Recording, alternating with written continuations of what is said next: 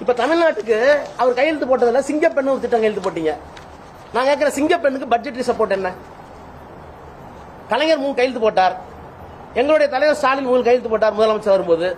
அதுக்கெல்லாம் budgetary support என்னன்னு நிதித்துறை செயலரோடு பேசி அலாட் பண்ணி முடிச்சவருக்கு தான் கையெழுத்து போடுவோம். சிங்கப்பெண்ணுக்கு பட்ஜெட்டரி அலோகேஷன் என்ன? நீங்க எல்லாம் சொல்ல வரீங்க, பேரை மட்டும் மாத்திட்டா போதுமா? ஒரு ஐஜியை போட்டீங்க, புதுசா ரெக்ரூட் பண்ணீங்களா? அது புதுசா டிபார்ட்மெண்ட் வாங்கி கொடுத்தீங்களா? இல்ல எந்தெந்த மாவட்டத்தில் சிங்கப்பெண் திட்டத்திற்கு போலீஸ் அலாட் ஆயிருக்காங்க? எத்தனை வெஹிக்கிள் நீங்க வாங்கிருக்கீங்க? அதை என்ன நீங்க தொடக்கி வைக்கல, கையெழுத்து போட்டீங்களே, ஏன் என்ன தொடக்கி வைக்கலன்னு கேக்குறேன். என்ன பிரியாணி புடிக்குது? போலீஸார யாரு? அட பாவிங்களா, புளியஞ்சாத்துல முட்டையை வச்சு பிரியாணின்னு போய் சொல்றியா? இதுலயும் போர்ஜரியா? நாங்க என்ன சக்தி தெரியுமா? மும்மொழி கொள்கையை நாங்க உள்ள விடல.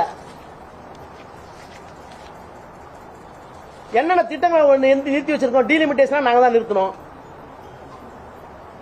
நேஷனல் எஜுகேஷன் பாலிசி நாங்க தான் நிறுத்தணும்.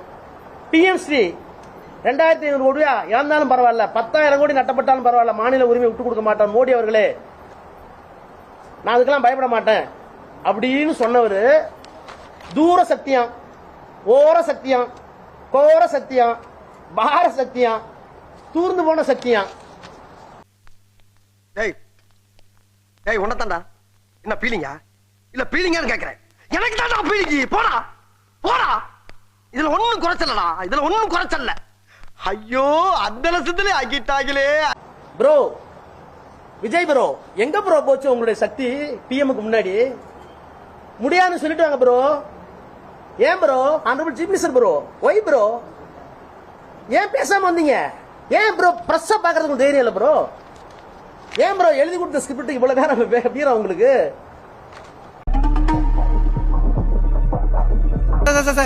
நான் லாயர் இல்ல, டீ கடை ஞாயிறு. கோட்டெல்லாம் போட்டிருக்கா? குளிருக்கு போட்டிருக்கு சார். நீங்க வேற tea coffee coffee tea tea coffee. எவ்வளவு பிரச்சனை இருக்கு. பாசிசத்தையும் எதுக்குறோம், பாயாசத்தையும் எதுக்குற நீங்க. ரைட், பாயாசத்தை முடிச்சிட்டீங்க. பாசிசத்தை என்னாச்சு ப்ரோ? திருவள்ளூர் காவி கலர் போட்டிருக்காரு கவர்னர். உங்க அமைச்சர் கேட்டாங்க, என்ன சொல்றாங்க? அதை இப்ப பத்தி பேச வேணாம், எப்ப பேசுவீங்க? சரி, நான் செவனே தானா போய்க்கிருந்தேன். யாரு வம்பு தும்புக்காச்சும் போனனா? கௌரவம் கௌரவம்னு என் கௌரவத்தையே ஆரம்பிச்சிட்டீங்களா? திருவள்ளுவர் எங்களுடைய இனத்தினுடைய, மொழியினுடைய, கலாச்சாரத்தினுடைய அடையாளம். பிறப்புக்கும் எல்லா உயிருக்கும் எம்பளம் போட்டுட்டா பத்தாது.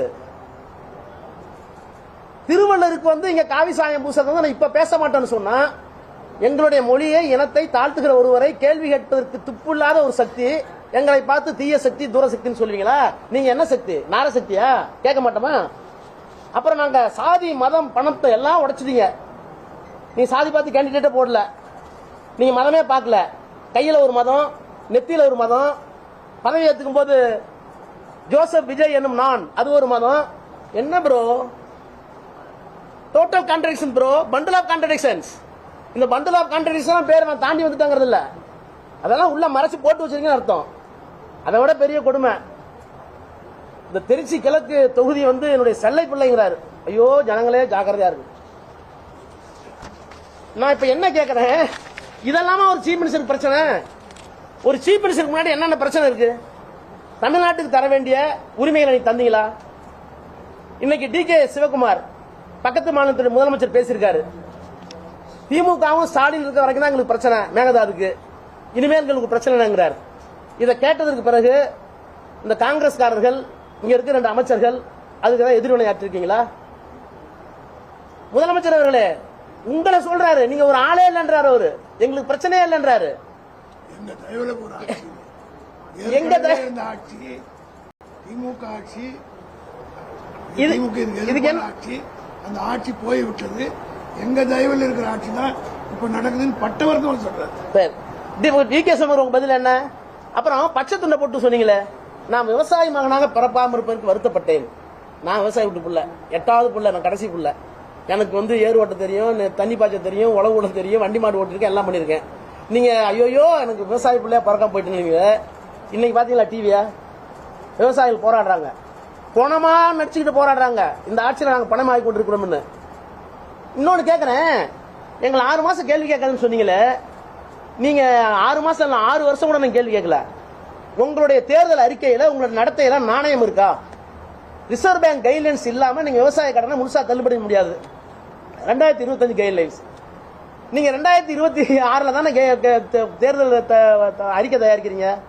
அந்த அறிக்கை தயாரிக்கும் போது இப்படி ஒரு சட்டம் இருப்பது என்பதை தெரியாமல் கூட ஒரு அரசியல் கட்சி நீங்க வந்து தேர்தல் அறிக்கை கொடுத்தா உங்களுக்கு என்ன பேர் வைக்கலாம்? ரொம்ப கல்வியாளர்கள் பேர் வச்சிடலாமா? மெத்த படித்தவர்கள் பேர் வச்சிடலாமா? பேர் அறிவாளர்கள் பேர் வச்சிடலாமா? ஞானிகள் பேர் வச்சிடலாமா? நீங்களே ஒரு வார்த்தையை சொல்லுங்களேன். அப்ப நீங்களே ஒரு வாக்குறுதி கொடுத்துட்டு அதை முடிக்க முடியாம இப்ப புது புது சீனிங்களா வைக்கிறீங்க 200 யூனிட் கரண்ட்டுக்கு.